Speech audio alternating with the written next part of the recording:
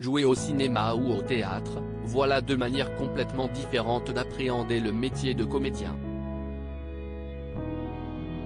Cette notion, Charles Berling a pu la transmettre à son grand-fils Émile. Puisqu'ils ont d'abord joué sur grand écran côte à côte, et qu'ils sont désormais réunis sur scène. Le duo père-fils est actuellement à l'affiche de la pièce Les Parents Terribles, de Jean Cocteau, adaptée par Christophe Berton, avec Muriel Mavetholtz et Maria de Medeiros. Cette expérience commune au théâtre Héberto les a encore un peu plus rapprochés. En 2012, Charles et Émile Berling avaient été sélectionnés par Safine Ebou pour jouer côte à côte dans Comme un homme. Si le fils n'était pas tenté par l'expérience du théâtre jusqu'à présent, le père l'a convaincu en lui envoyant l'adaptation de Berton et en lui demandant d'absolument la lire. Désormais Charles Berling a deux raisons de trembler avant de se retrouver face au public.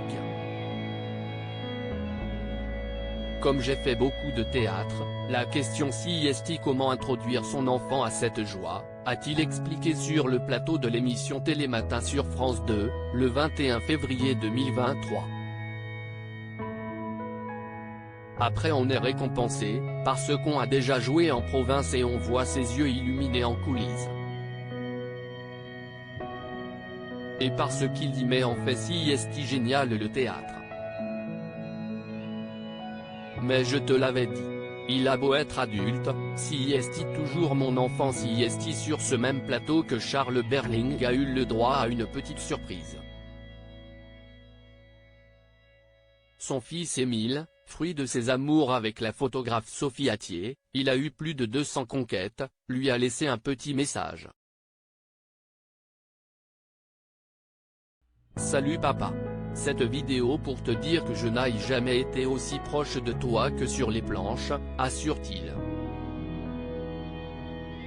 Je nous souhaite une belle première. Il a beau être adulte, si est toujours mon enfant, c'est alors émerveillé l'acteur, un début de larmes aux yeux. Charles et Émile Berling vont signer pour 60 représentations au théâtre Héberto à partir du 22 février 2023. La pièce Les Parents Terribles raconte l'histoire d'une famille dysfonctionnelle dans laquelle la mère semble être un peu trop proche de son fils. Le côté dysfonctionnel, lui, ne semble pas être présent dans la réalité de la famille Berling.